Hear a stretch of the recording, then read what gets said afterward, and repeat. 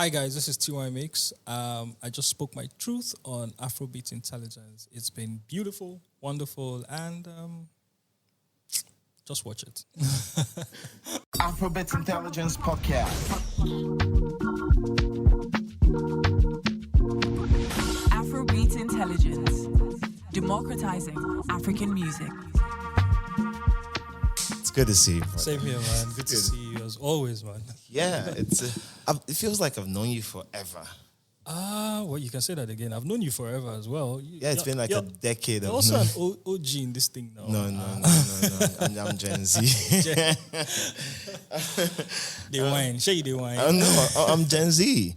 And one of the most interesting things about having gone through being this long in this space, especially at such a crucial time rather, where everything has changed completely, is how much it has demanded that that all the people within the space reinvent themselves. So think of how back then a lot of people were just industry guys. Right. We didn't have A&Rs officially. There were no jobs, no offices. Everybody was just grinding. Now it's different. Now people have LinkedIn's. Even the artist manager then, lots of them were just booking agents. No, I won't even say booking agents. A lot of them were just the guy behind the call on the other side. True. You know, they didn't have the technical know-how, the strategy to manage artists and things like that. You know, so I agree with you.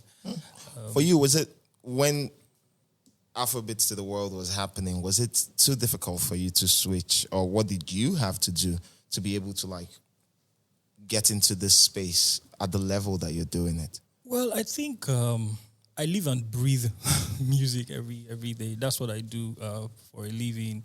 I meet young artists every day. I meet talents every day.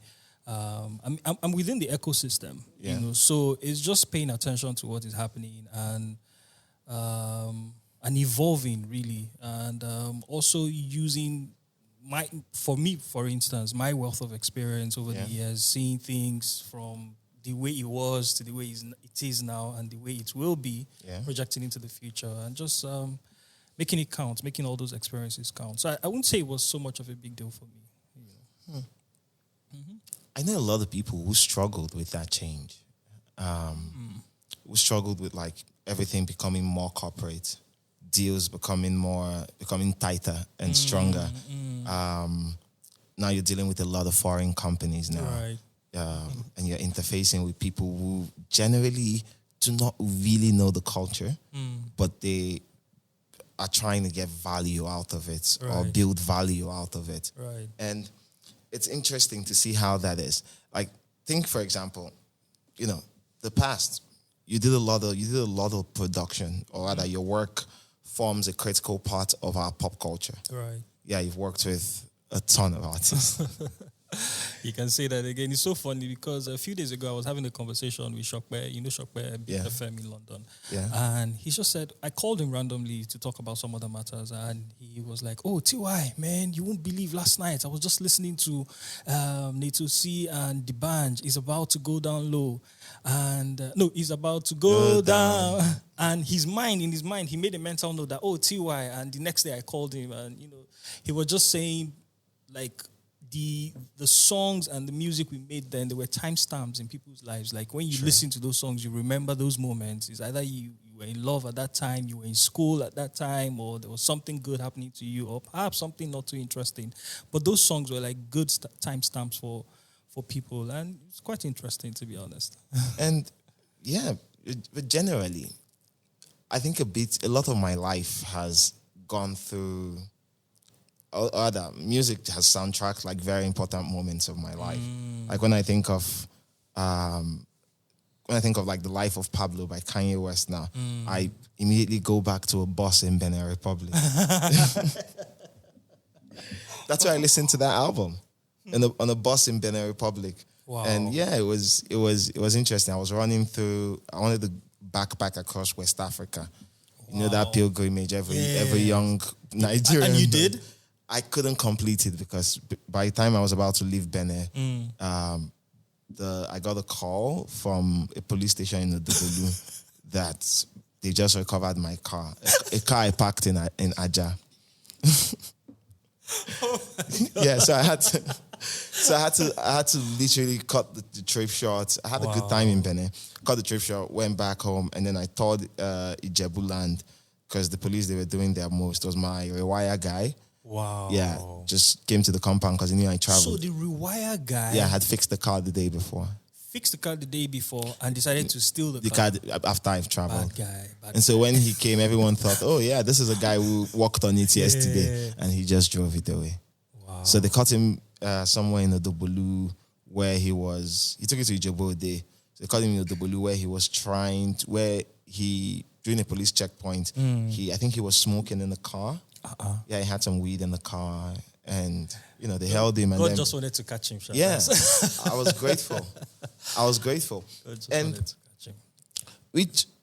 So you could think of other songs too, like a lot of records where you'd hear a record. Like when I hear Rema EP, any song off that EP, I'm back to Abuja because I was in Abuja where it dropped. I remember running up a hill during one of my runs and playing that song. So music does that. Yes, absolutely. For a ton of us. But for you, a key part of, making music that sits on the pulse of people across time and ages, understanding what works. And that thing is currently changes. That changes all the time because culture is fluid. Yes. How do you know what works? That's an interesting question. I think for me, also being a creative, I think the first thing for me is being genuine to the craft of creating music, right? What does that look like? First and foremost, I see music as a form of expression, right? I see it as a true art form. And I try personally, and I'm talking about me and my own creative skills now and my own creative ideas and ideologies, to focus on the creativity. Like, what message am I trying to pass across? What emotions am I trying to evoke? It's like a painter. It's like an artist who paints, some guy might draw a line and the line is not straight, and in his mind there's an explanation to... I'm sure you saw that recent artwork that... Yeah, the guy. No, the banana and the... Yeah, the crypto bro who bought the banana exactly, that was stayed for... Was it 5 point? That was crazy. Was it 5.27 million? I don't know what's happening to this world. But that was ridiculous. But if you ask the guy in his mind, right, he had reasons why, and he could explain all of that. So I see music in the same way, not as ridiculous as that anyways, but as a form of art that needs to be preserved, that needs to be done for posterity as well. But at the same time, there must be that connection. And that connection comes either in form of your story, what you're saying, even the sound, in terms of genre, in terms of the style. Music is like fashion. 5 years ago, 5 years ago, if I wore a baggy pants if you invited me for an event and I came with size pants that were 3 times my size because they're baggy, you look at me funny. You be like, Tiwa, are you a clown? True. Joey, you be like, guy, are you okay? Is everything all right? Yeah. Do you understand? But guess what? Today, it is like, you look at me like, Tiwa, your steez is on point and things like that. Level. Exactly. So I think it's the same thing with music as well. You need to be aware of the times. Even though the message, I feel like the message has to be relevant all through times, right? If you're talking about love now, you have to be able to express love in a way that, in my own opinion, in a way that will transcend time. Not just, love is love. Love has been love since the day of my father and the days of my grandfather. But expression, the way they would express it was different. But the core message of love was the same thing, So I think I try to stay true to the creativity of music, but at the same time, make sure that the messaging is relevant and it can, transcend time, really. But then, what now happens to records to times that focus on specificity? Like, the language that each period uses. We know every day we bring language in. We know the things that matter to this. But there are periods where some things are some things are they're not normal. I take, for example, the period where the world was washed over by protests immediately after COVID, where we even had ours here. And when you create for such a time like that, do you think people should also think about posterity rather than cashing in on, our collective expression? Interesting. Interesting, because I'm thinking about it and I'm like, yes, you're right. I think music is meant for different purposes, right? Yeah. It depends on what you're trying to achieve at the time. You said something about protests. There've been protests since the days of Malcolm X. True. There've been protests in that era. There's still going to be protests tomorrow, in the future. There's still going to be. So some of those messages are still going to be relevant, any how you look at it. But I also agree with you that music has to be created in the context of trends, in the context of lingo, because you also have to be aware who are the listeners. Sure. That's the truth, For instance, if I wasn't a practitioner in the music industry, right, I probably wouldn't be as crazy as I am now about music, like listening to who is new, who is hot, Sure. Because, come on, I have other worries. I will listen to music like... When it finds you. Yes, when it finds me, and I'll just enjoy. I'll probably have my playlist and I stick to it, and I'm like, okay, these are the songs I listen to when I'm in the gym. This is the song I listen to when I'm this, when I'm that. And I'll just live life like that, because that era is different. But I remember...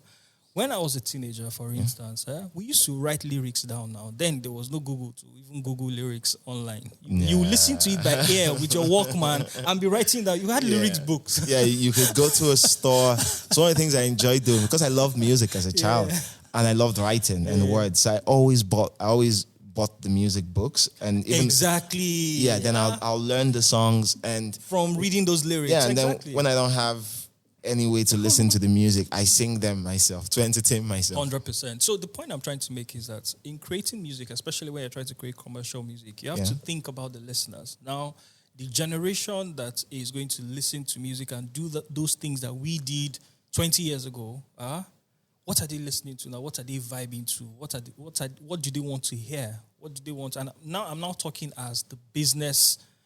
I'm not talking the business of music now. I'm not talking about the creative. Because, so the thing with creative people, especially in music, I can say for sure, is that we're very passionate. We're very sensitive. Sensitive, that's the word. We're very sensitive. You create a piece of music and you don't care whether people listen to it or not. As long as you feel comfortable, it expresses something inside of you. You tell yourself, even if you see two people that listens to it and appreciate it, it's fine. But at the end of the day, when you now start switching to the business of music, you need to start thinking differently. And for me personally, that's one of the things that I had to do, to start drawing that line between, okay, what is the creative expression that I want to give, and at the same time, how does it maintain its connectivity to the people 100%. So it can be commercially exploited? 100%. 100%. But then this pushback we always have. I understand you, I do.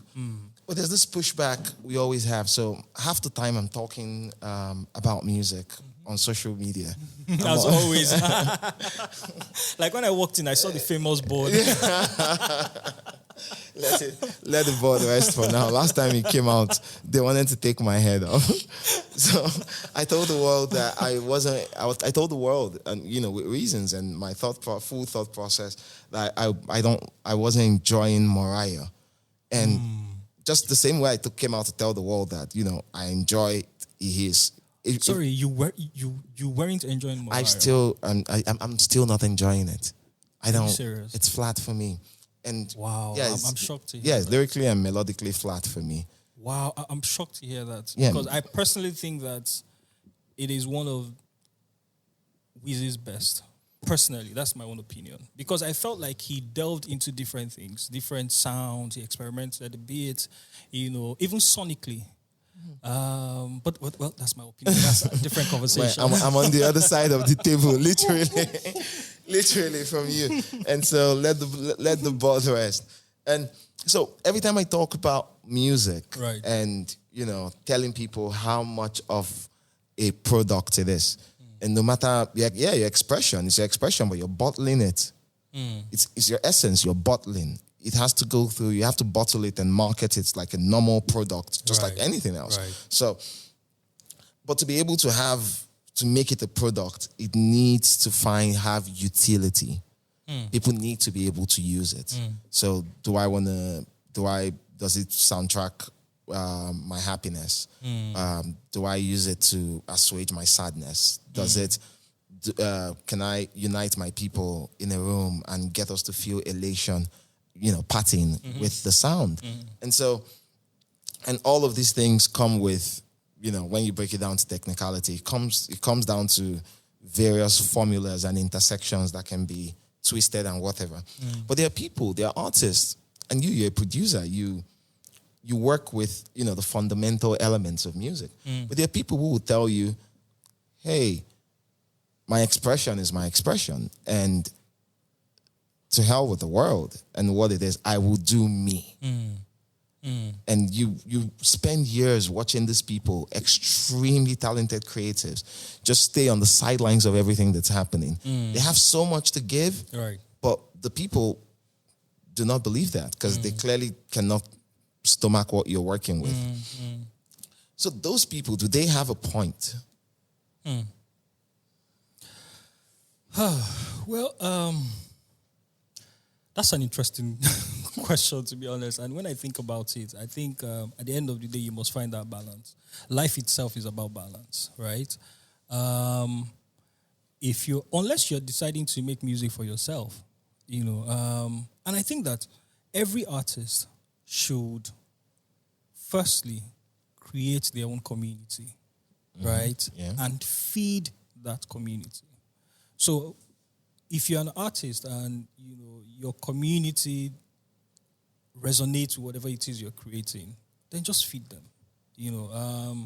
Because personally, I'm also very tired of everybody trying to sound the same, everybody trying to sound, and do the same type of things when it comes to music, because music is so wide. Like, there's a lot of expressions that you can, lots of expressions that you can generate from music, right? And I feel like this whole Afrobeats thingy puts us in the box sometimes. And that's why I kind of like when Wiz said that, Ogbeni, see, you guys leave me alone, free me. I'm not an Afrobeat artist, right? There's more to me than, just that sound. I can express myself in different forms, So I think that as a creative person, if you're able to create a community, which you should do, really, feed your community whatever it is they want, or whatever it is they resonate with, and be free to express. Now, you mentioned something which is very key. If you look at people you can reference people like Thames. Yeah. Thames, whom at the time when she started, right? Yes, there were a few people who felt her vibe, but nobody ever thought that Thames was going to be mainstream, Just thought, okay, yeah, her sound is different, she will find her people, and things like that. But guess what? She was true to her sound, because at the end of the day, this is what I feel. As a creative person, whatever you're doing, you must be able to defend it. Yeah. Right? And there's a way you defend what you're doing and communicate that confidence to people such that they will start paying attention to you. Do you understand what I'm saying? Yeah. There's a way you communicate that confidence to people and they'll start paying attention to you. Like, who is this guy? What's this guy about? That's a better formula. But if you decide to start walking in other people's shoes because you think that sound is what is trending and you don't have what it takes to defend that sound, you don't have what it takes to convey that sound, then I think you're just setting yourself up for destruction. That's what I think personally. Yeah, I get you. This thing about Afrobeats, I like to think along the line in this our Afrobeats to the world, in aiming upwards and aiming and trying to. Sorry to cut you. What I'd explained earlier is on the assumption that you're talented, not the illusion of being talented. Because there are people that I have met and genuinely I feel like they need therapy because you think you're talented, but you're ridiculously not talented. Yeah, you don't have the knack for it. Exactly. So my previous explanation was on the assumption that you're talented, and what you have it has intrinsic value. What you're producing has intrinsic value. Yeah. Oh, I get that. And this knowledge, where does the divide now come between having this knowledge as a super creative, with a lot of like numbers on the scoreboard, a lot of like numbers under your belt, and wins and your credentials and all, and being an executive? So how can you speak to a guy who you want to do business with as an executive? So you're I'm trying to get your official position with Dapper. Yeah, executive vice president for Dapper Group. So. Okay, cool. So you're the executive vice president for Dapper Group. Yes. And Dapper's a house that has constantly and relentlessly given us music. Good music, winning music. You guys have perfected the craft of mining the streets. That's a good way to put it. Of mining the streets and, commercializing.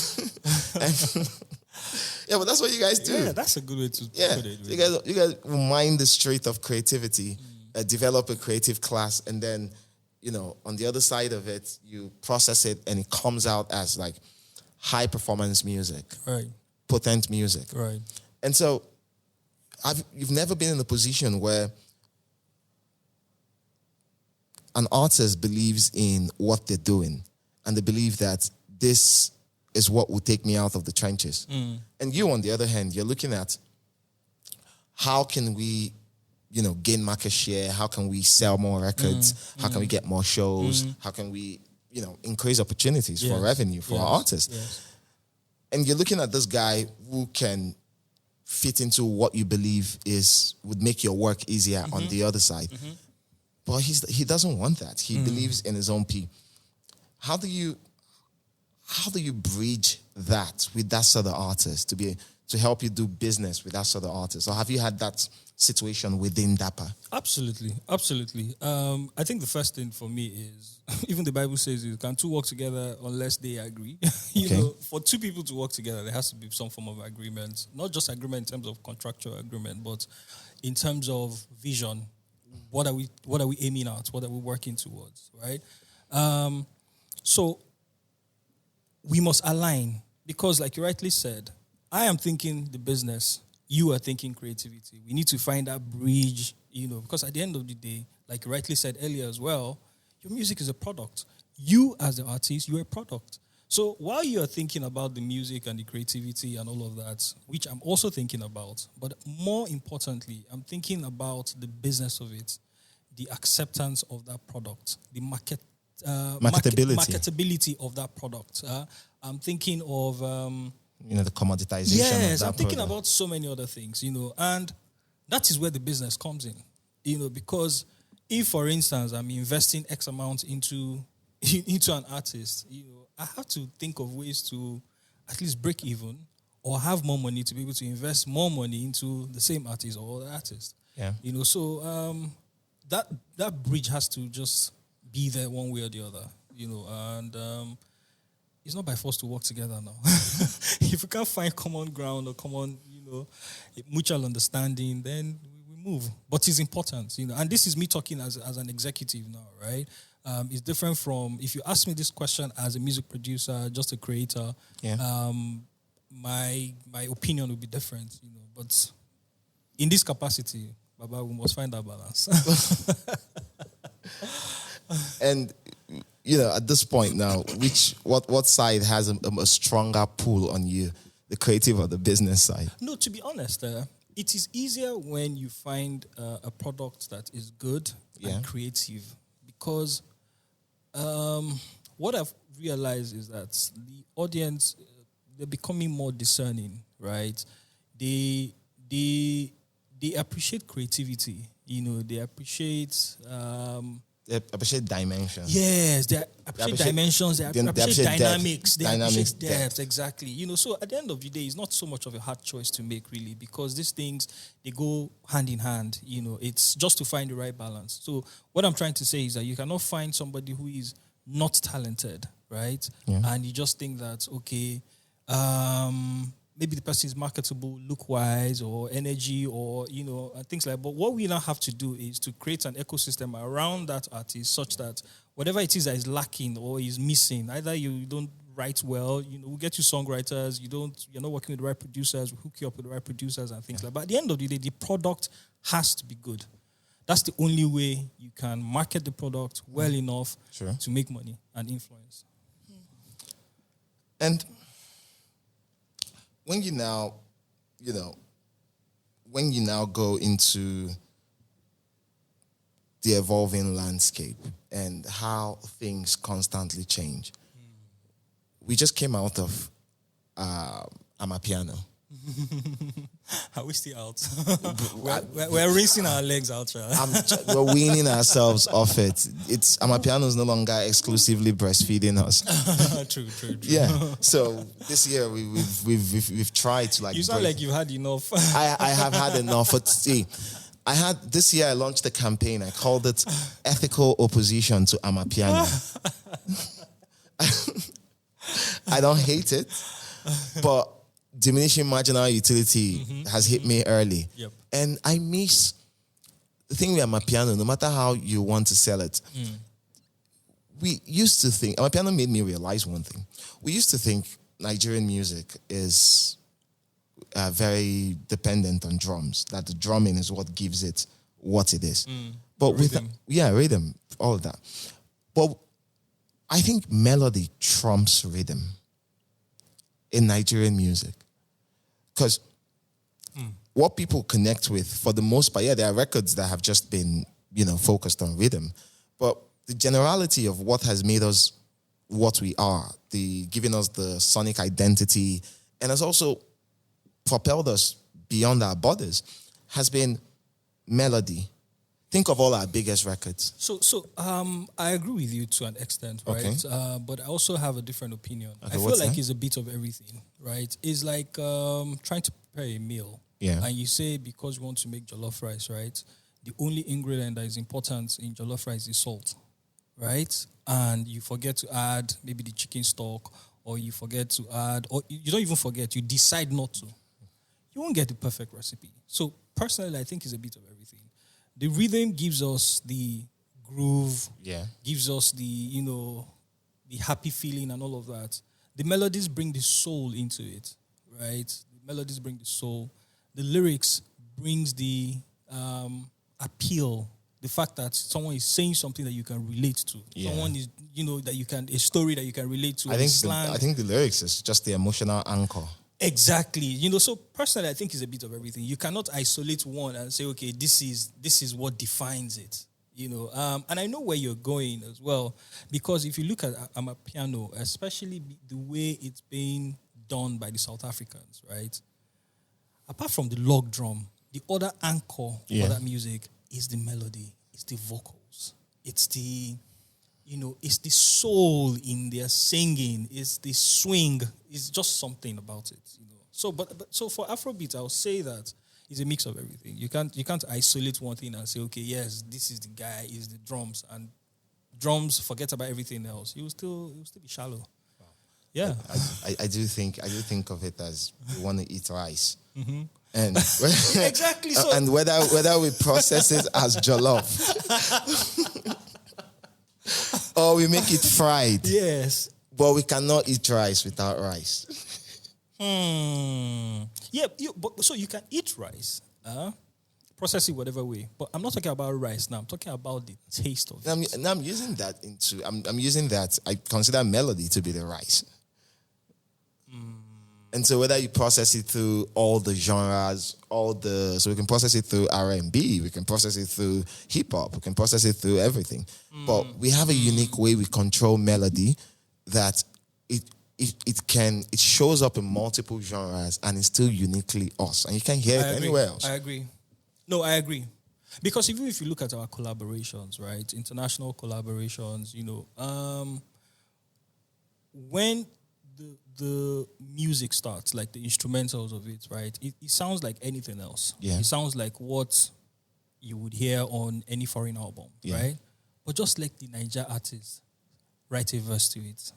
So I agree with you in that context. Yeah. You win on this one. Oh, God. Okay. So, music business. working at Dapper, I want to understand how you guys grew so fast to pretty much become the de facto pipeline for the streets. You know, in 2010, do you think, apart from Mavens and maybe Achievers tried it back then with Solid Star, they had 2 other people with them, Mavens, Achievers, and co. I don't think we could have a record label that could support that list of that roster that you guys have and the ability to constantly keep churning more. Right. And I'm wondering, what makes it possible now for you to do that compared to the 2010s? Well, there's so many factors. To be honest, we've been behind the scene for a while. Right? How long? In different capacity for maybe almost 10 years now. 10? Almost, yeah. Almost in different capacities. So, like, I don't know if you're aware, but Dapper Group is a group of companies, right? We have different entities. There's the Dapper Digital, which is a distribution company. There is a Dapper Music and Entertainment, which is a record label management company. There is S3E17 Publishing, which is a publishing company. There's Dapper Films, and there's Dapper Live as well. And in different capacities, each of these companies have been doing one form of activity or the other, over the past few years. And to answer your question, right, I think for us, it is about talent comes first. And you would agree with me that when it comes to trends, when it comes to even dance, when it comes to fashion, the street has a lot to play when it comes to these things in terms of actually creating these things, right? The street is where you get the raw, crude talents. These guys are ridiculously talented. These guys are just unbelievably talented. And to be honest, they're also a set that hasn't gotten, over the years, they've not gotten any form of exposure, any form of, people are really not paying attention to them. For instance, I was on Project Fame for many years, right? And on Project Fame, we could disqualify you simply because you're not speaking good English, or you're not pronouncing the words of the song properly, right? We would disqualify because we're judging you based on copyrighted songs, like other people's songs, and we wanted you to do something similar to what the original person did, or at least even better. So that was a yardstick. A lot of the guys, a Shallipopi would never have made Project Fame, for instance. You understand what I mean? A Seyi Vibez or a Baloran King could never have made it through to Project Fame. So what we had done at Dapper was go back and say, okay, where is this talent coming from, right? And what opportunities can we present and give to these guys? And I think that's the core of how we started, and I think we've done it pretty well, know, although there's still more to be done, you know. But it's a process, and we're handling it in good strides, actually. Okay, but since you've been around for nearly a decade, in multiple capacities, why is this your most visible moment ever? At least the last 2 years, at least. Well, but I think it's normal, right? That if you've been doing the background work for a while, and for us, our focus wasn't even to be in the fore. It's just that when you do good work, you get recognized for it one way or the other. So take, for instance, now, for the longest time, even when Seyi was signed to us, a lot of people thought that Seyi was an independent artist. Yeah, how did you guys pull that off? How did we pull it off? Yeah. We didn't really care now. Like, you understand? We were okay being in the background. We're doing the work, as long as we had contractual agreements. It doesn't matter what it is, that you're doing. In fact, we even went into partnership with his record label as well, Vibes Inc. We have behind the scenes, we have partnerships. So all of the artists signed under Vibes Inc. serviced by you guys. Yes, exactly. And, they're funneled through you guys. Yes, funneled through us. So for us, it is about making impact. It is about getting the job done. It is about staying true to the art. It is about giving opportunities. It is about creating an ecosystem. You know? So yeah, that's what it's been. Well, in the 2010s, early 2010s, this could not have been as smooth. Especially the record label part, of arm of the business. It could not have been as smooth as it is now. You guys have social media now. you guys have access to more funding, right? Just as a consequence of having value at this point in the industry, right? Where we're getting funding from institutionalized sources. Don't worry, they English kicking my ass today. I don't know what's wrong with my tongue. It happen. And so, what you guys at Dapper are doing differently, for the most part, is the streets. Of course, you've told me why you focused on the street, but doing business in a place like the street, where, like you said, a lot of people aren't exposed. A lot of people do not understand the workings of the entire system. Like, do you want to go to a random street artist and tell him we'll give you publishing? And he'll just ask you, now book are they right? So how are you able to crack that? To make people trust you guys, number one. Make people trust you guys, number one. And number two, to educate them about what they could be. Yes. You know, it's interesting that you said this, because leave the street alone. Let's talk about the industry generally, right? Yeah. There's a knowledge gap. You know, even when you talk to people who are practitioners in the industry, either creators or people who are behind the scene doing the business side of it, you know, there's still a bit of knowledge gap, right? And even for us, learnings it's continuous. For us, we learn continuously. And so I agree with you. But because of the type of people we have worked with over the years, right, it's a bit more difficult to explain to these people, right? But I think the first thing is, I don't even know how we've built that trust, you know, but I think it's the workings. To say it's put in the better people way. Trust results more. Yes, exactly. You know, it's the workings. And we're transparent with our books. We're transparent. In fact, even when we give you contracts, there have been times where we've given artists contracts and it takes them almost a year to even sign. You know, we make sure you understand the contract. We try and explain to you over and over and over again. Then we also have to even go further by having relationships with their families or friends or people that they trust as well, to make sure that we're within the ecosystem. In fact, we've had people that we've signed, and we signed them with the other guys that they're working with before. You know, so you're not just taking the person; you're taking his entire structure into your exactly, building. Especially if it's a structure that he trusts. Okay. You know, so you don't feel alone in a new ecosystem. You know, but why is that so important in the music business? Everybody has to trust their people. No. But at the end of the day, everything about business is trust. You know, our existence is trust. Even your spirituality is trust. You trust that there's a superior being somewhere that listens to you when you pray. Do you understand? Everything. Have you seen God before? No. Do you understand? So I think that trust is such an important. What's the word now?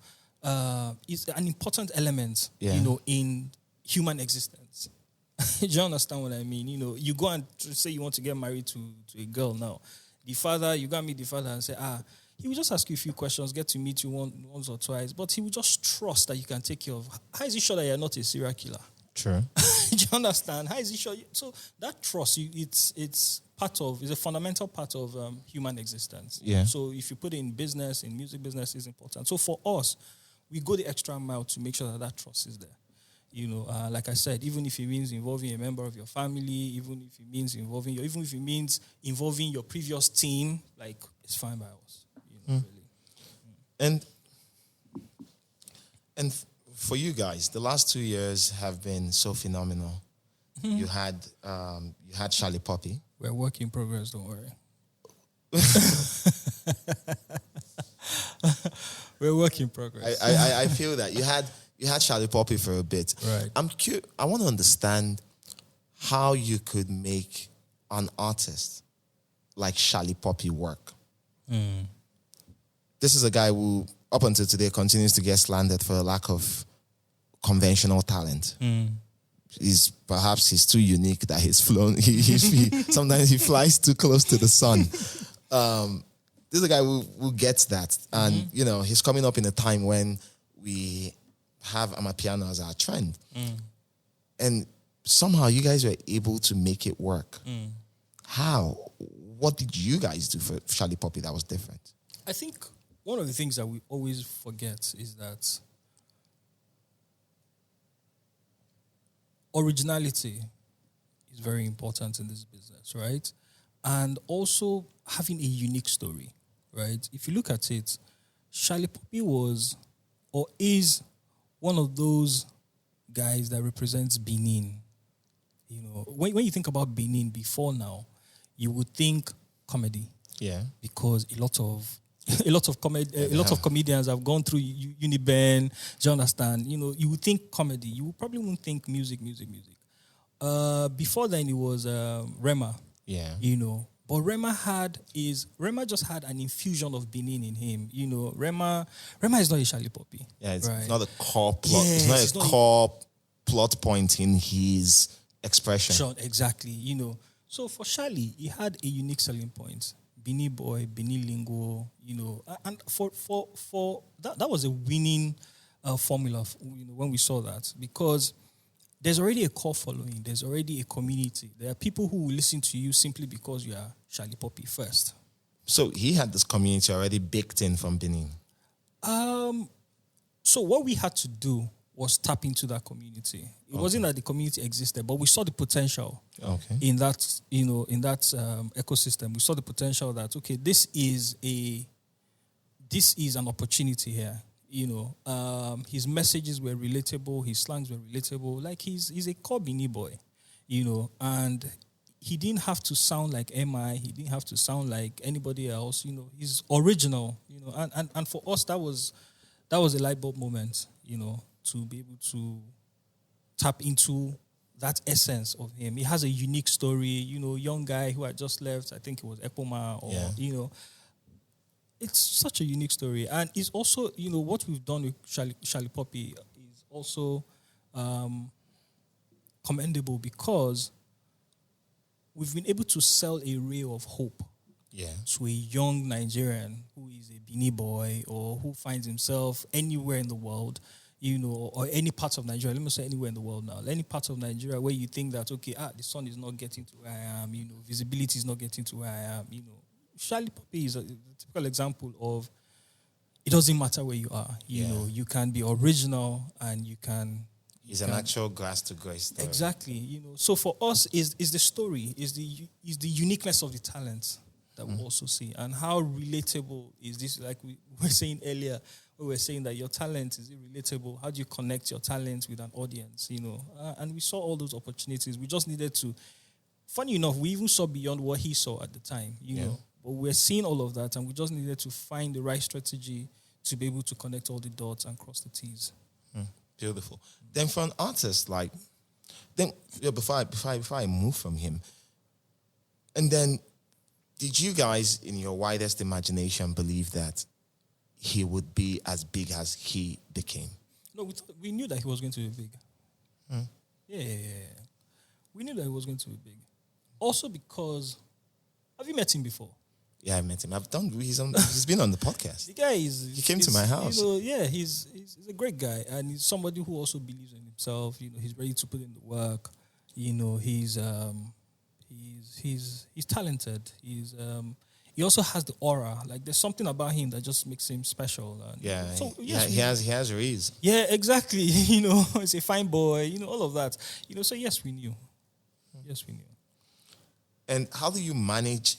So having this advanced knowledge also helps with managing managing that expansion when, you sign an artist, no one knows him, and now has become bigger than the world. Does that influence how do I put this? Does that influence how the business interacts with him? So when you sign an artist, a deal happens, and then the artist becomes big. What is the responsibility of a record label at that point towards that artist? Now that they've become bigger, how do you create space for that? I think there's so many factors involved, right? It depends on the vision, right, that both the label has for the artist and what the artists have, what they have for themselves as well. The vision has to be clear because, like rightly said, visibility brings a lot of attention. Yeah, and sometimes this attention can be distracting as well. True. So you have different opinions, different things like that. But at the end of the day, if you stay focused and glued to the vision, it's when there's no aligned vision, right? At least within the course of when your contractual agreement permits, that's when you don't know what to do. But as long as there's a vision, there's always a next level. That's the truth. There's always, as great as Michael was, he never got to a point where he felt like, okay, this is it. Yeah, never, right? There's always a next level. Never. So it's tied to the vision. That's what I think. And Seyi Vibez. Right. What was interesting about how you guys worked Seyi Vibez through the market was the relentless stream of releases. That guy is a machine, man. Was it? So, yeah, I know he's a machine, but was that stream of releases, was it label-led or artist-led? I think it was both. We had our strategy, and our strategy was catalog. Catalog. Yes, and that was something that. So we're very audacious, right, in our approach towards everything. We try to do things differently. We try to do what other people are not doing, right?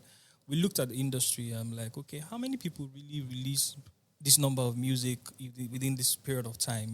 What's averagely you see releases maybe at the most once a year, of an EP or maybe an album. Yeah. Albums will probably come once in 2 years or 3 years, as the case may be. We just wanted to do something differently. And, luckily for us, we had someone who was talented enough to be able to align with that vision. And it worked. How do you know an artist is a catalog artist? Don't you see them in the studio?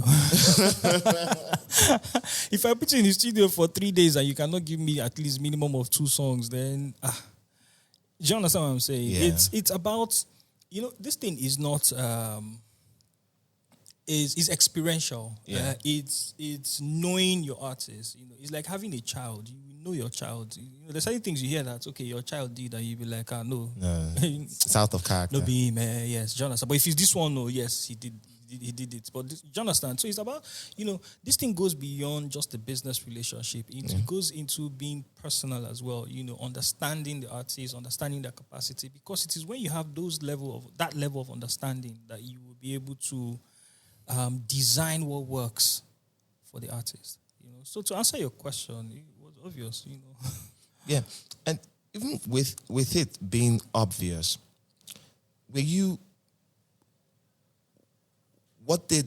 the reaction? So when he came out, you guys started working with him, and there was just a switch in how he approached the game. So his visuals became cleaner. His style metamorphosed multiple times. Yeah. Across board. All of this. And I'm thinking, I'm trying to frame this question in a way that brings out the best of it. How do you know, how are you confident enough as a label, that is, as a business machine, how are you confident enough to follow an artist through all of these multiple journeys, especially when they happen within a very short span? First and foremost, I must say that everything you have mentioned have been deliberate, strategic initiatives, right? And For us, it's, like I said, constant innovation, right? You think about an artist, you say the artist is here, you envision the artist to be here, right? Then you start looking for the missing link and try to fix those missing links. That's how it works, really. And whatever that missing link is, you begin to implement it. Some will work, others won't work. And I think for us, what is important is, like I said earlier, we're very audacious, right? We are not scared of trying out new things. We're not scared of that at all. We're also very spontaneous. We're very agile. You try something, it's not working, try the next one. We're quick and fast. You guys are very responsive. Exactly. So you can tell. And the good thing about the business now is you're almost getting your feedback almost immediately. Yeah. Unlike the way it used to be before, where the feedback was after a while. You get what I mean? But now, on social media, somebody will tell you that, oh, Benny, what you're doing is rubbish. Or somebody, do you understand? Like, the feedback is almost immediately. The views, the following, even the type of people that begin to listen to your music, the type of people that begin to follow you and things like that. So that's what we've done with him. And, when you take a step backward and gain a broader perspective on everything, and you think about like the full spectrum of experiences you have had as a person, right? Being able to engineer, to be successful, working as a creative, right? And now experiencing I won't call it a similar level of success, but still experiencing success as an executive. What's the middle point? What makes it all come together for you? Continuous learning. Continuous learning. One of the things that I have had to do is not forget, but don't pay too much attention. I don't pay too much attention to how long I've been doing this. I've been in this industry since 1999. Whoa. Yep. I've been making music since 1999. Do you understand? But I don't pay attention to that because, like rightly said, the industry is evolving, the landscape is changing, It's very fluid. Yes, and you have to learn every single time, right? There was a time where for you, only the business of record label and artists was push an artist, let the artist be popular, and make money off performances. Yeah. That was the only model. And even the guys who were giving the money for the performances, the guys who were behind the shows, there were no more than 4 companies or 3 at the time. Do you understand? But right now, things have changed. You make money from digital streams, from publishing. You make money from even endorsements. Before, the companies who will endorse you, there were no more than 4. Yeah. Right now, come on, you see what influencers are doing these days. There are 1,001 brands in Lagos alone that will be able to endorse any artist. So you don't have to wait for the giants, So that the landscape has changed in a lot of ways, right? I remember then you had to pay Alaba to pirate your music. Yeah. Like you actually pay, those guys were monsters. It is interesting. It's like second order thinking. So there's second order thinking, first principles, you go to pay a pirater to pirate your music. It's like shooting yourself in the foot. It's crazy. But they serve as distribution. And you can squeeze your money out via being a popular person from that music that has been pirated. But they made all the money, at least from sales. Yeah. And that was ridiculous money at the time. True. Do you understand? They made all the money and they left you with nothing really. So you had to pay them. In fact, it's a roundabout way of doing business. It was such an indecent, it's such an indecent business model. Because you had to pay them for them to pirate your music.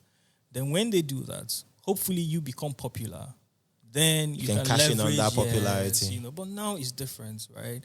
The model is different. The engagement is different. So for me, what has kept me is just continuous learning. Forget everything you know and what's new. And I think that's what has brought me this far. Well, there's something very specific. You mentioned brands. There's something very specific about how brands operate within the music industry that I think is still, it hasn't really changed. So especially when it intersects with live music. So generally, the promise of live music is, an artist drops music, it goes home with a lot of people, and then he could pull out those people to fill up venues to hear that same song performed live. So it's a artist. It's meant to be a direct relationship between the person producing the music and the person consuming the music, and you could see that happen across the world.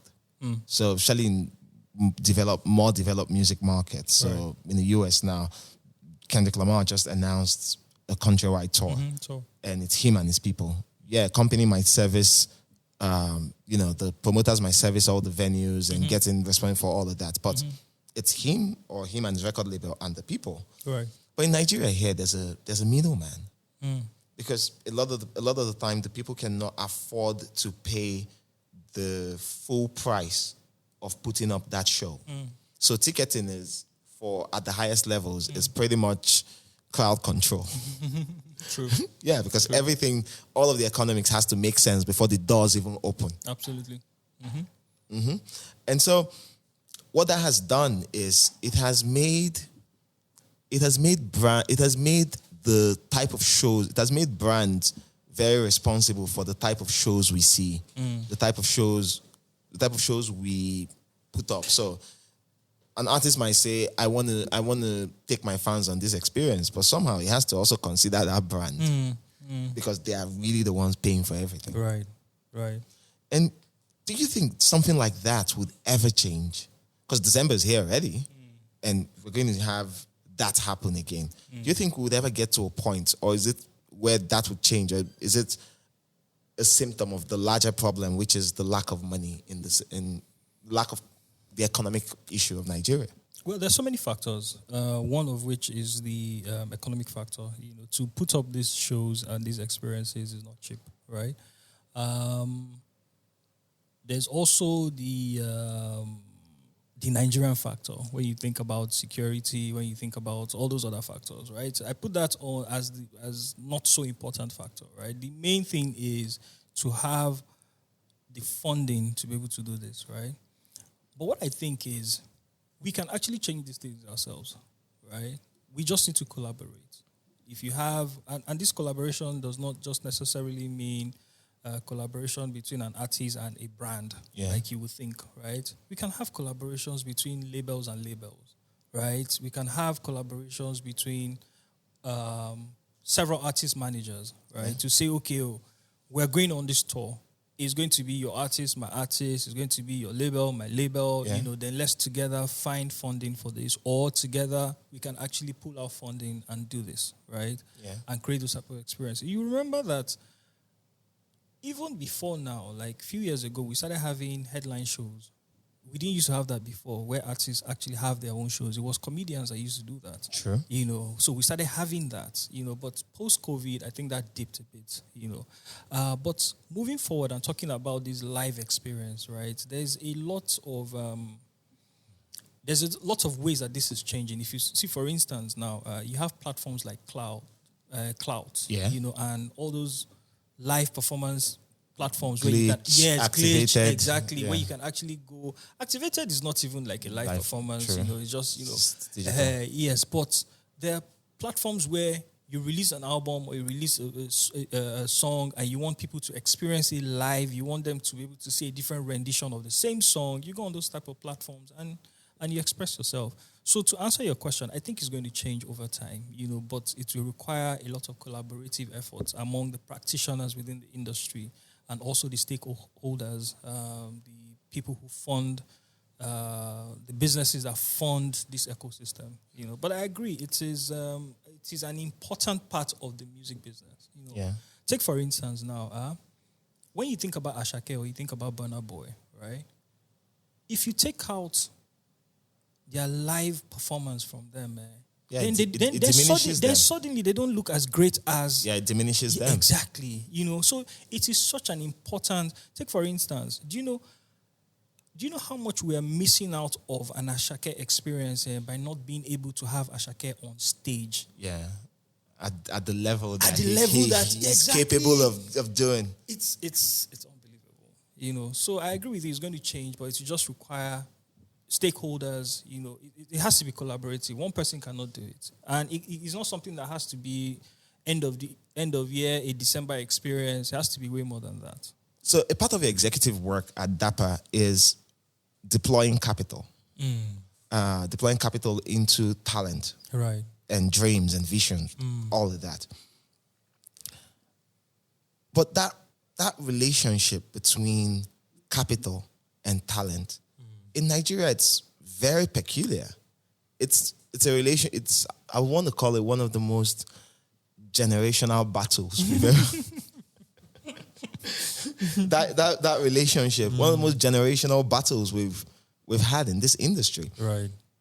And I'm wondering, why do we have that? Why does it seem like there's friction in that intersection, capital and talent? Well, there are a few factors. I would say the first thing is, typical example, right? You meet a talent, the first thing the talent thinks, right, is because you've signed this talent, you have signed off all their problems in life. So there's firstly that expectation, right? There's also the part where, this talent begins to gain traction, right? Gain some visibility, and the demands now start getting even more ridiculous, right? There's that part. Everybody wants more, right? Artists will always want more. Business owners and record label executives will always want more as well. But where's the silver lining here? Where's the balance? You know, that's what is important. And I also feel like for us at Dapper, for instance, we fund almost everything, you know, and sometimes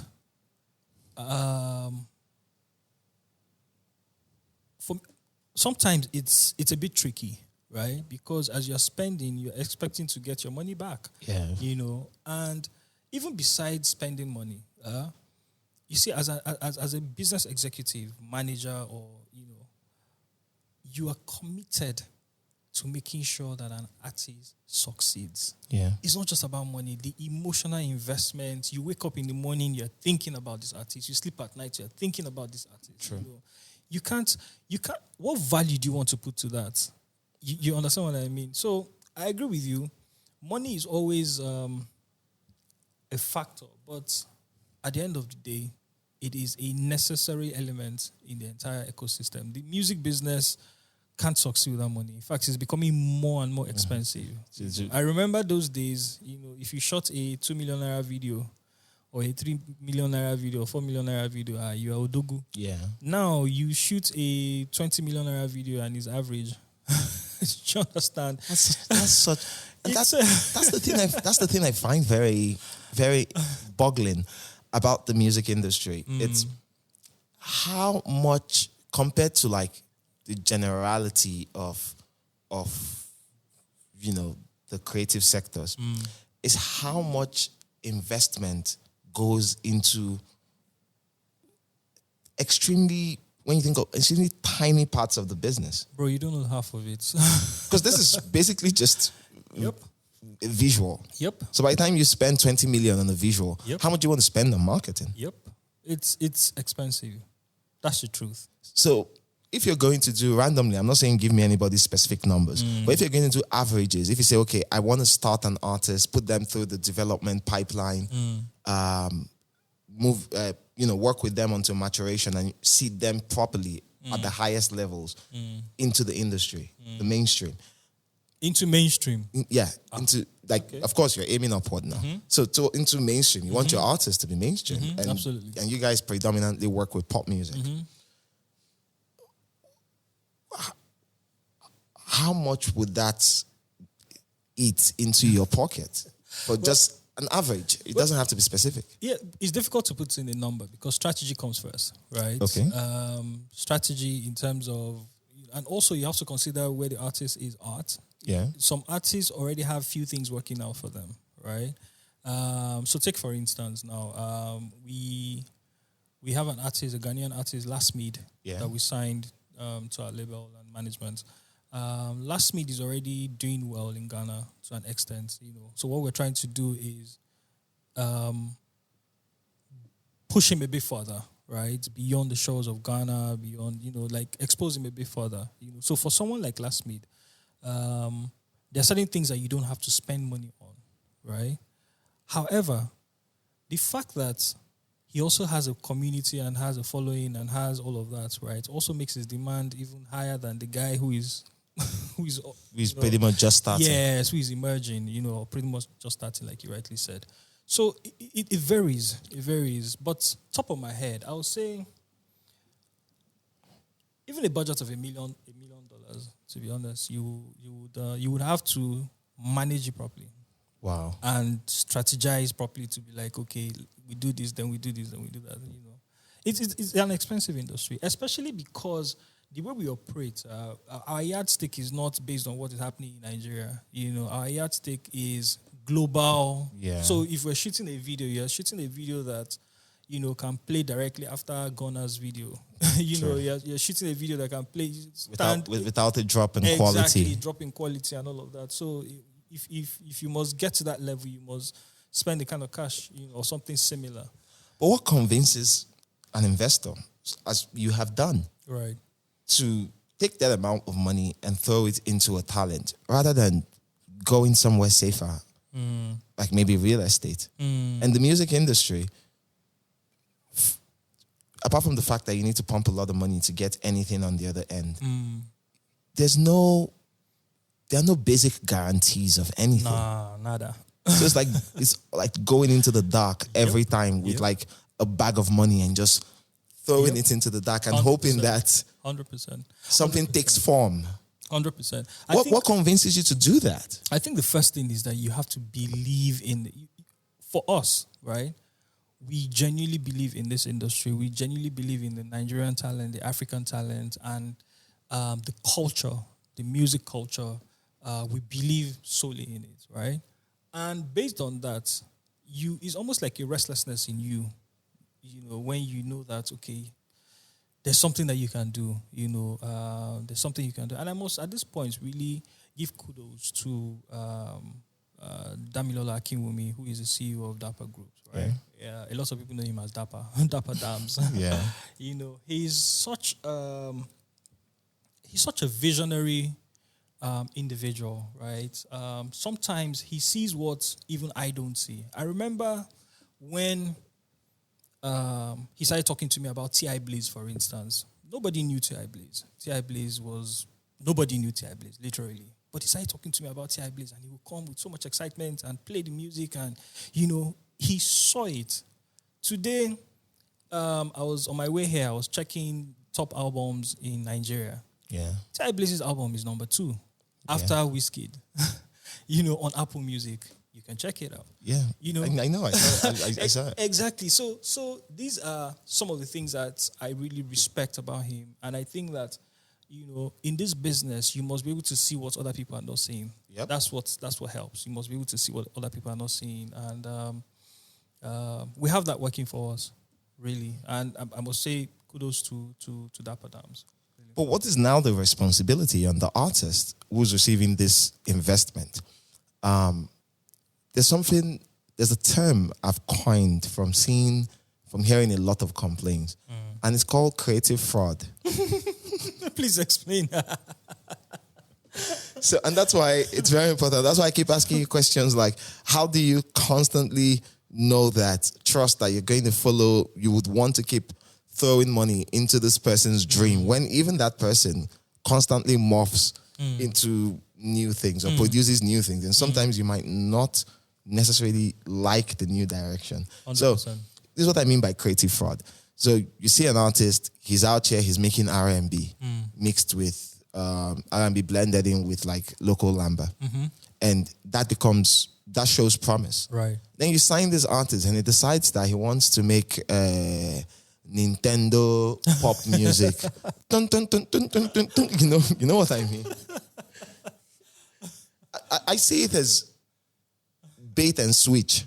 where you use this, you left this part of your creativity to attract investment. When the investment comes, bro, you go your way, and somehow it's less apparent or less guaranteed that this new thing that hasn't fully been explored, and which was why we put the money in, right? Your new thing would work? Well, so this is how I say it. If I'm spending my money on you, there are certain things I have an influence over, Okay. And for us at Dapper, one of the things we try to do is to make sure that we don't change the authenticity of the artist, right? When it comes to their creativity and all of that. Yes, we can influence one or two things, suggestions, ideas, and things like that, but we give the artist as much creative license as possible, right? So to answer your question, if I'm investing money in you, I should be able to influence one or two things. And at the end of the day, you come up with your own ideas. I come up with my own ideas. We run it through like a process and superior arguments. At the end of the day, you want to win, I want to win, right? And as long as we are aligned on winning together, right, we're open to experiment. So if you said that it's that Nintendo music that you want to start doing and you're convinced, right, we could reach a compromise. Like, let's try it out. But if it's not working, shall you do my own way? This whole thing that you said still stems back to the trust you guys have for each other, and the goal and vision you guys have together as a team. That's what I think. Okay. You're not convinced. Well, I'm just thinking about it. It's like saying I sign a guy who can take free kicks. Because I want him to take free kicks in the final third. And then in football, for example, for those who don't listen, free kicks in football. And all of a sudden, this guy says, I no longer want to specialize in free kicks now that I'm in your club. Not even goalkeeper. I want to learn I want to be a sweeper. That's what I can do for you. I don't want to improve on this free kick ability that contributed to your valuation. And now he wants to be a sweeper, like play defensive midfield and do all of that. And he doesn't want to touch spot kicks anymore, all of that. Wouldn't that make you feel somehow? Well, I agree with you, yes, right? But you see, there are different scenarios, right? And one answer can't answer every type of scenario, right? So we just deal with it as individual scenes and individual situations, right? But like I said, what is most important is having that goal and vision, and in fact, we've had times where, okay, I don't want to use specific examples, but we've had times in the business where we had to convince the artist not to release a song. And there were times that the artist decided and insisted that this song, I believe so much in this song is going to do well, And there have been times that those songs didn't really do well, So if you're working with just so if you tell someone not to release a song and they release the song, I know it's your money, but at the same time, don't you secretly wish it doesn't do well? No, not really. To be honest, so you're not hate watching the song because it's still your money. Exactly, and at the end of the day, there's nobody that knows it all. True. We're all learning, right? So my own idea may not necessarily be the idea that will work. If your idea is the one that is going to work, okay, let's learn from it now. We're very flexible. You understand what I mean? So at the end of the day, it's not military era. It's not it's dialogue. We come together and reach an agreement. So there's no bad feelings because at the end of the day, we all want to win. It's mutual agreement that we all want to win. And that's why I say it has to tie into the goal and the vision. If the vision is that, okay, we want to succeed on this level, then whatever it is we need to do, if it's your idea that takes us there, if it's my idea that takes us there, it doesn't matter. But then what do you think is the responsibility of the artist you give your money to then? What do they owe you? Whatever it is that is stipulated in the agreement. Okay. That's why we have agreements, Whatever it is that is stipulated in the agreement, and maybe a bit more. Do you understand? Yeah. But at least barest minimum should be what is in the agreement. If you have the agreement that you have to release also number of albums, in the course of in the term of your agreements, then my brother, do that. Give us those. Something else you guys have been very big on is how you guys have innovated around marketing and distribution. Right. Yeah, I know, and this is in the news, so I'll just say, you guys work a lot with, or rather, you guys got into an agreement with Warner. No, Virgin. Oh, sorry, Virgin. Sorry. No, it's fine. Yeah, Kimani, my friend Kimani heads that. And so you guys got into an agreement with Virgin. And so a deal like that, how does a deal like that benefit Dapper? And by benefiting Dapper, I mean all the artists that are serviced through a deal like that. Yeah. And it's not just Dapper management or artists under Dapper management. Even our digital artists, also benefit from. Okay, so the artists that distribute via your distribution platform. Yes. So the partnership, just gives us that we've never seen ourselves as just a Nigerian company. We always think global. And the best way to be able to, or one of the best ways to be able to achieve this is through right partnerships. If you want to go into a terrain and win, the smart thing to do is to look for people winning there and partner with them, because there are things they already know that you don't know. Yeah. There are relationships that they have built over the years that you can benefit from. Sure. So for us, that's really what it is about. To see the ecosystem, the Dapper ecosystem, not just being a Nigerian. So if you work with us in whatever capacity, we can get you more than just what the terrain, the Nigerian terrain, allows. So many things, collaborations, even marketing beyond the shores of Nigeria. Yeah. There's so many things we can get for you based on this partnership. And this just brings me, this just brings me into Afrobeats to the world. Afrobeats to the world is happening. Yeah, because we still have a long way to go. Yes, we do. I continue to scream that. We do, man. We do. It's been a horrible year for us on that level. Afrobeats to the world. I believe it's been a horrible year because all my metrics show different. Well, we won't go into that, don't worry. Yeah. Because that's a different conversation for itself, Yeah, I get you. That's a rabbit hole. Well, Afrobeats to the world is happening. We've had a global breakout. We've done that.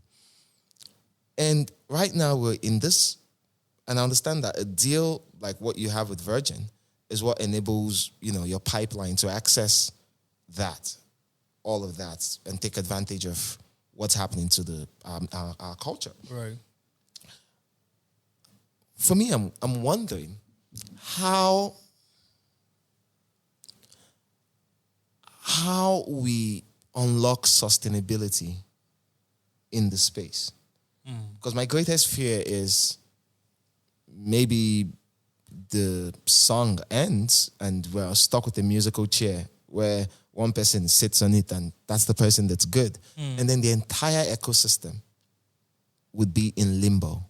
So when you think of sustainability for your guys, in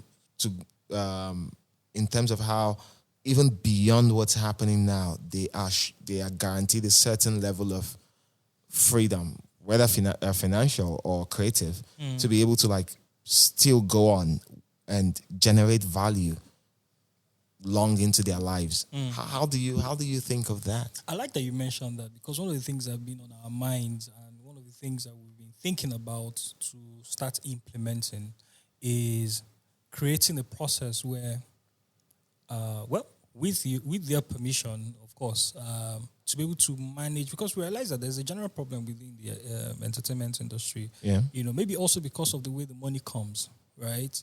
It comes very quickly and it can also go very quickly. Yep. Do you understand? Yep. And you just find yourself being stranded. Nobody's going to be hot forever. Yeah. It's an illusion to think that you're going to be hot forever. You get what I mean? So one of the things that we are trying to do is, beyond managing you as a brand, beyond helping you make money, we also create systems where that money can be managed. Do you understand? Where that money can be managed in terms of investments, in terms of, and this is not something we want to do ourselves directly, but we want to be able to influence that process or create that system such that, you can have something that is sustainable, because at the end of it, everything is about sustainability. True. So we don't want to, because it will be very sad for us to see an artist that we knew, we worked with you, we got you to this point, you made money. Either you leave us or not. No contract, your contract is forever. Even when you do leave us, it is our hope and belief that you keep succeeding and keep winning and keep making money, but nobody wants to. Because somehow that also adds to the value of what you have with them. Exactly, it does. Because you can reference and say, "Oh, this guy was once with us," and things like that. And it becomes an instant ambassador. 100%. Do you understand? 100%. So we've been thinking about creating systems and structures in place. With professionals, seasoned wealth managers, to be able to help in creating models or whatever it is, to make sure that you're not rich today and flat broke tomorrow, which I think is a huge problem in the industry. Lifestyle costs. Now And so we're almost wrapping this up, but I want to be able to understand. So you've had a very peculiar journey. And this is a journey that for so long had you wearing the producer hat, at least publicly, alone.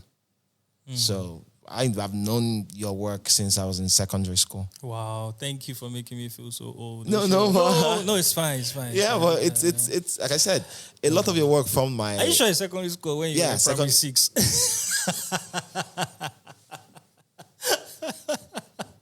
That's if you did primary 6. I'm sure you were I didn't do primary 6. No, I was a gifted kid. Yes, of course. It's obvious now. I'm still trying to be a gifted adult, but yeah. Adulting. So I didn't do primary 6, of course not. I was one of those kids. My brain been too hot. I can imagine. And so you have seen production change over time, but more importantly, you've seen what is required of producers also have like a huge cultural shift. Now everybody has to be a content creator. Everybody has to self-advocate. It's not enough for your tag to be on the record again. You have to be interesting. Right. And how much do you think that has influenced the very nature of the production, of the production class, and how that has influenced how they have approached music, how you have approached music? Yeah, I think it's we're in an era where personal branding is very important. In fact, maybe I don't want to say more important, but I think it's on par. Yes, it's on par with whatever you do on the console.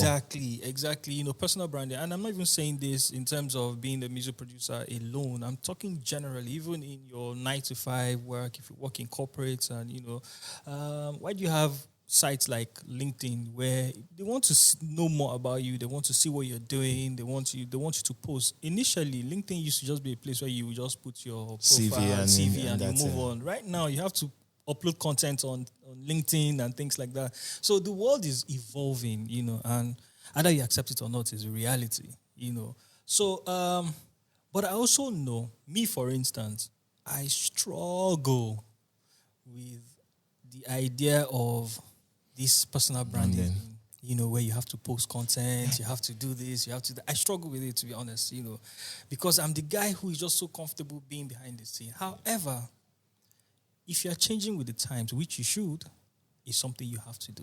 It's a must. So it's just what it is. So that's what I tell myself as well, that is something that it is necessary. Beyond the creativity, the talent, the music you churn out and all of that, people, like, there's so many things that I have done, for instance, that even you don't know that I have done them. Right? Yeah. Because I don't talk about them. True. One of my most recent jobs is, because one of the things I do in terms of creating music is I do immersive sound and sound designs, create music for commercials and things like that. The most recent one I did was for Airtel, the one that had Farouk, the Mr. Steez guy. Yeah. I did the music for that and many other things, but people don't know this because I know they talk. but I need to start talking. Yeah, you should. You should. And interestingly, we were both on a project together. Exactly. Yeah, well, we did the Union Bank Sound of Union. Yeah, the Union Bank Sound of Union. Yeah, we did that. I was on that project with you. Exactly. So there's so many things that we do. So it brings me back to what I'm saying, which He is just tells me I don't necessarily talk about. I've never really talked about something. I should. There's a lot, really, But so it brings me back to it that whatever field you find yourself in, whatever capacity, we're in an era where personal branding is important. Either you want to agree or not, is important. So, in the past, we have very limited time. Oh my God, I wish this would go on forever. But yeah, I just want to understand something. So, of all the records you have made, right? You've made a lot of hits over the years, and you continue to do that. What record would you say, or not even the actual product, but like the process of itself, would you say was convolvulated, but it's still... Baba, calm down. Okay, was... Kilo dinner. Sorry, my brain don't do that. Now my fault. Now me hail you say you know this primary 6. Now my fault. Me cause Interestingly, this is how I talk. I be speaking pidgin with you. I'm speaking pidgin with you. I be like, bro, that's in there convolvulated. Now doesn't go tell me what. But I know I just want to enter you. Yeah. And so, which of what I'm asking TLDR is, which of these records would you say is one of your most memorable, and with what artist? And I'm talking before Pre-Afrobeats to the world.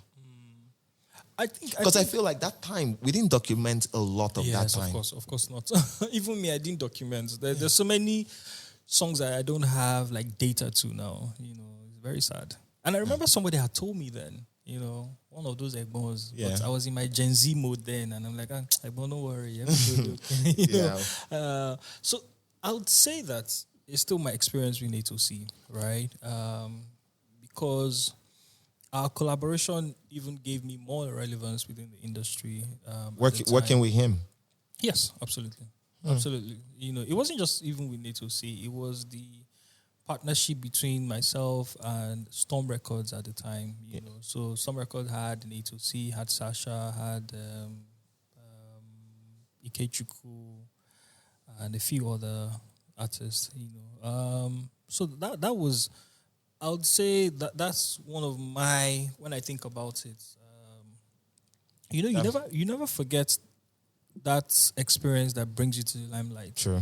So that's probably one of it. Working with, like, having that sort of partnership where you had access to all of these artists and all these working relationships.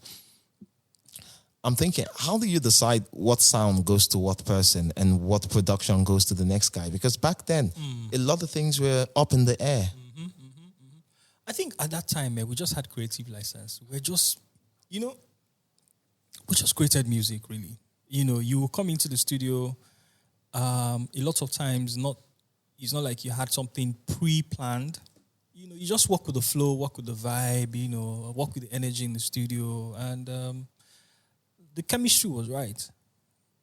So it was never premeditated. We didn't think too much through it.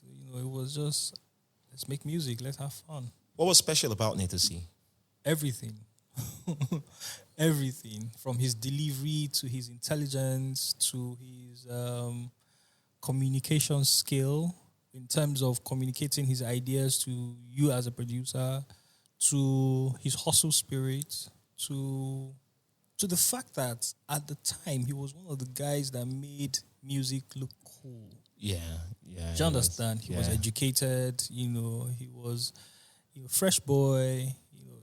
When I started music production, music was for riffraffs. Sorry. Yeah. No, but it's true. For the longest time, I couldn't call myself a musician. Because the only people that were musicians then, apart from the ones you saw on TV, right? The guys who were musicians were either you were a musician in church, and those ones said they won't call themselves musicians; they call themselves ministers. Ministers, yeah. Do you understand? Or you had the musicians who played at hotels and bars. It wasn't interesting. So NATO was one of those guys that other parents could say that, okay, yeah, this music thing you have been saying, okay, maybe you should try it out. Yeah, because one of the educated class has succeeded in it and has shown that there's value in there. Absolutely. Absolutely. Isn't that the same thing? Isn't that a similar effect with Davido? Yeah. So I strongly believe that Nato C also influenced David one way or the other to say, if this bro is doing this thing, then I can do it as well. Because he could, I'm sure at that time he could relate with, Nato, someone who schooled abroad, who was born abroad as well. David, and they had, I think they had personal relationships. Yes, they did. Now the first, because Asa Asika was connected even the to Obi Asika. What's that? Back when, Abi? Back when, yeah. Was it back when? I think it was back when that had NATO on it. Yeah. Yeah. So of course they had that relationship. They could relate on that level. Beautiful. Well, I know a lot of your time now is given to business. You're running pretty much a conglomerate. But I still do music. I still get into the studio. That's my love. Like I do it every time. Before I came for your podcast, I was actually working on a project. I was mixing the file, before coming here. As I leave, I'm still going back there. So it's what I do. I genuinely love it. I get you, and doing that means you're giving a lot to the world. It takes service to be able to help other people succeed, even though it's your creativity. Okay, if you put it that way. Yeah, of course you make money from it, but you could also make money doing, being passionate about cement. Bro, I'm just living my everyday life, to be honest. I'm just doing my beats and doing the things that I love, really. Yeah, but at the end of the day, what stays with you? What makes it all make sense for you? How do you process it in a way that it becomes purpose for you? It is purpose. Okay. It is purpose in the sense that genuinely I love what I do. It puts me in the happiest place in this world, right? Yeah. I also like when I'm able to influence people, right? When I'm able to pass on knowledge. It's rewarding to see someone who has been struggling with a certain type of thing creatively interact with me, and suddenly there's a light bulb moment. I think that if you live, it's a very myopic way to live life, thinking about you, yourself alone, whatever you have been gifted. I believe strongly that I have been gifted. I didn't do anything serious to deserve the innate ability. Yes, what I now then did was to develop what was there. But that's foundation. It's a gift, right? And if you have given a gift, it's for a purpose, and the purpose is never for you alone.